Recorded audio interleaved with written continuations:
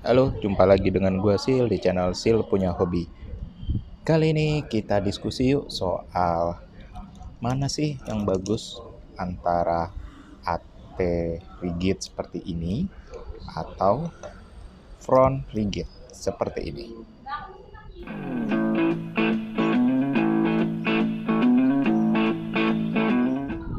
Sebelum kita bandingkan antara rigid dan AT rigid di kelas STO atau open class, gue mau share soal jenis-jenis front untuk kelas STO atau open class. Yang pertama jelas yang rigid. Yang rigid itu berarti frontnya itu tidak ada mekanisme apa-apa, hanya seperti ini aja. Yang kedua itu AT rigid.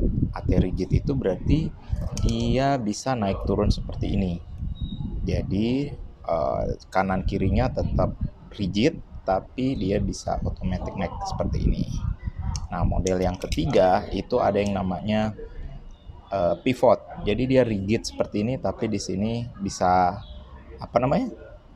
Bengkok lah kanan kiri di sini yang ada karet-karetnya biasa di bagian sini. Itu biasa kita sebut pivot. Terus yang terakhir yang keempat ada juga model frontnya itu yang AT pivot. Jadi bagian sininya ada karet yang biasa dikaretin supaya ada mekanisme maju mundur di sini. Terus dia ditambahkan mekanisme ET seperti ini. Kalau ada jenis lain silakan tulis di kolom komentar.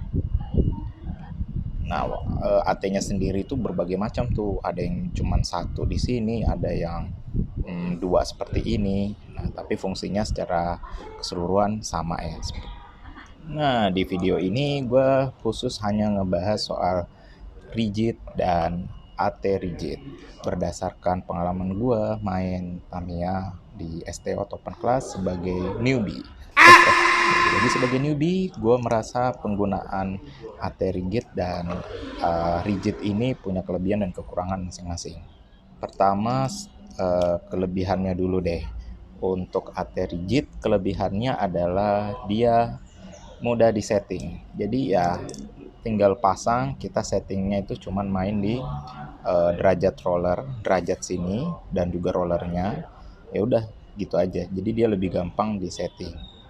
Nah, terus kedua gampang dia tidak banyak mekanisme, jadi nggak gampang rusak lah.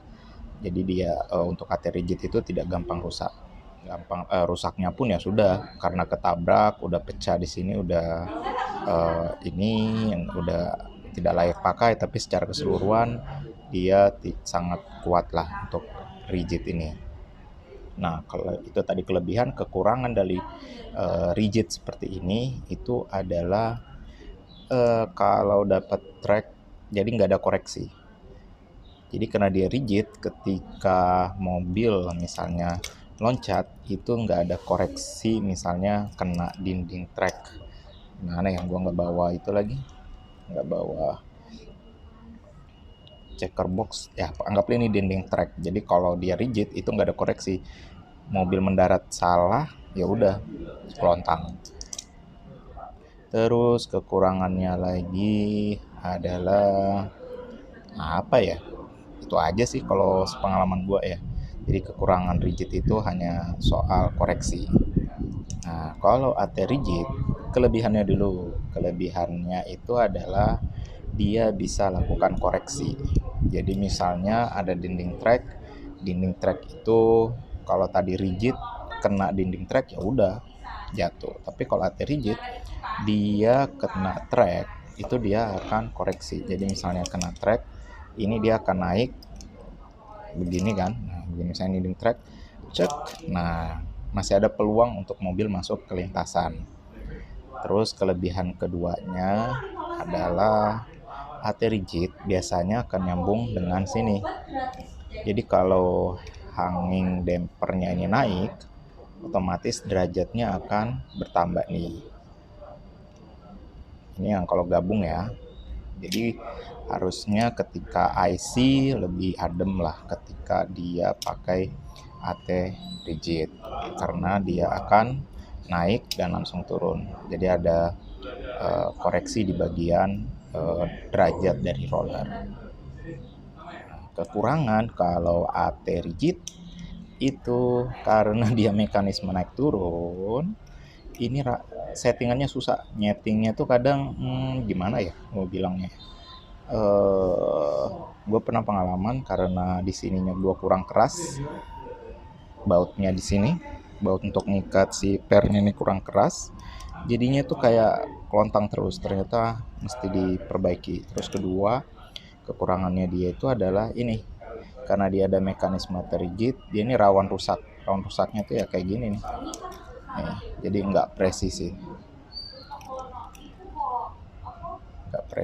jadi ya mesti rajin-rajin di inilah, rajin-rajin di maintenance untuk yang AT rigid. Jadi itu dia kelebihan dan kekurangan rigid dan AT rigid dari sudut pandang gua sebagai newbie yang main di kelas STO atau open class.